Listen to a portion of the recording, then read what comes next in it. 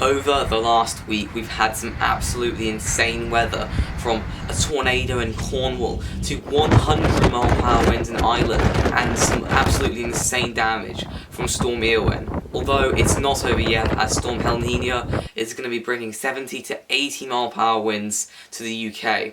Although we've already had some very strong winds today, the main system is going to arrive tomorrow, along with potentially some strong thunderstorms. So basically what's currently happening is that we have a lot of lightning out at sea, and we did have a bunch of thunderstorms in the Channel, or between Ireland and the Wales. We also had some in Cornwall, but all that's obviously dissipated. But yeah, we're being faced by this big massive rain that's going to hit the UK. Well, it's already starting to hit. You probably can hear the audio out my window. It's pretty loud rain. We've got some fresh lightning strikes down here from little pole storm, and we do have some sort of squally type bands of rain here. It's definitely quite a lot going on. What's very interesting is that if you go onto the UKV, if you go here, you've obviously got that big rash of rain, but look at this. Look at that. That is absolutely crazy. This, big kind of area, which is probably meant to be thunderstorms. So yeah, and then over the day we get some other heavy showers, maybe some thunderstorms. Now, I'm not saying this is guaranteed for us to get some thunderstorms. No warnings have been issued yet with these thunderstorms. You can see though here the massive band of rain here associated with Storm Helene. Although no warnings have been issued for thunderstorms, plenty have been issued for rain and wind. Spray and flooding will likely lead to difficult driving conditions and possibly even some road closures. There is a small chance that homes and businesses could be flooded, causing damage to some buildings.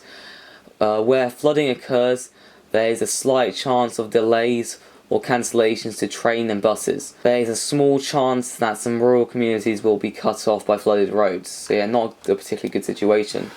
There is a slight chance of power cuts and loss of other services to some homes and businesses.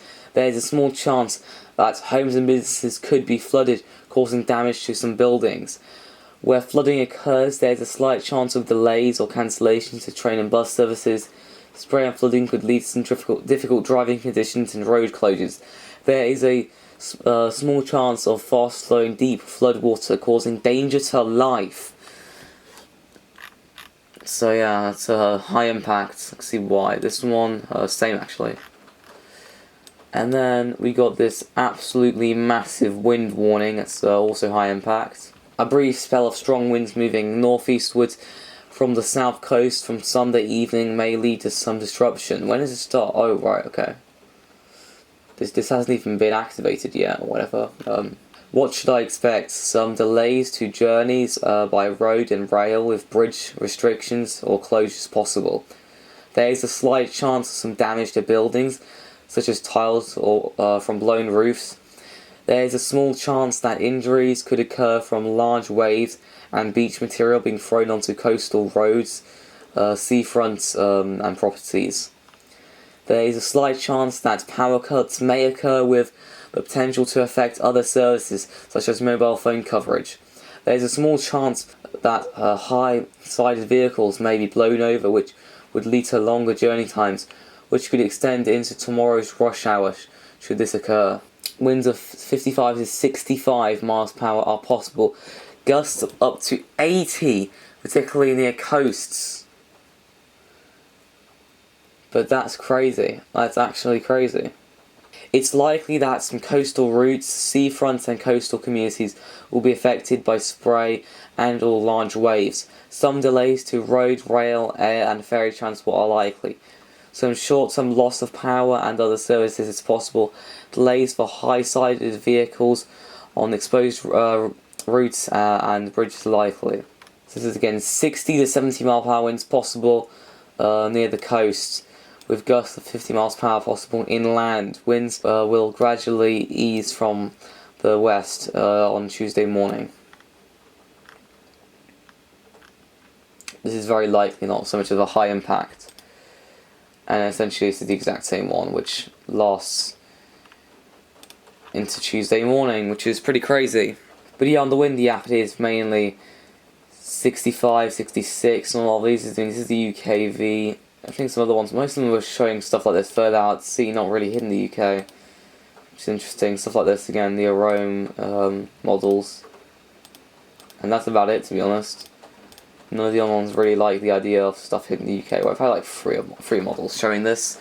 So yeah. In terms of like Cape values and stuff, there's not much, although there's some decent shear presence for those thunderstorms. There is some supercell parameters possible. I mean, yeah, there's some stuff that might hit the UK.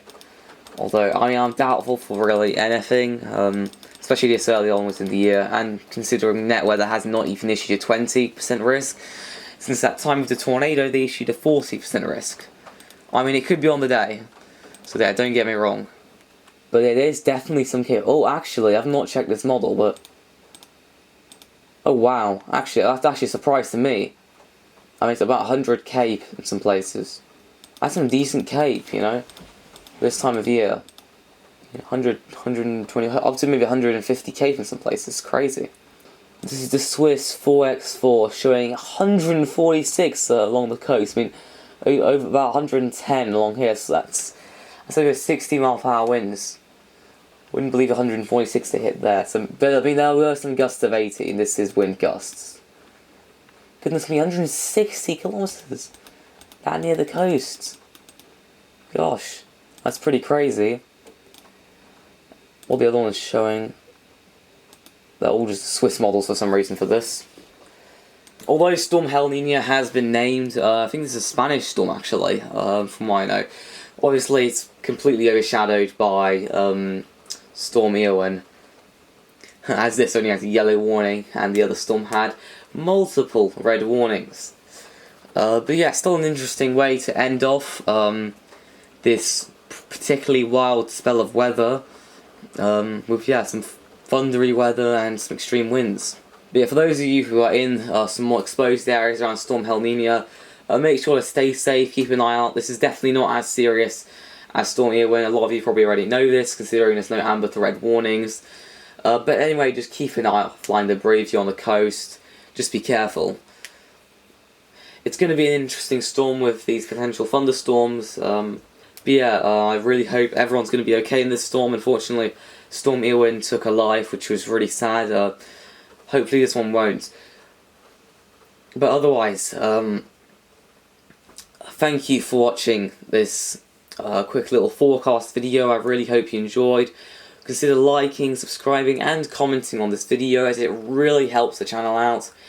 And with that said, I'll see you on the next one.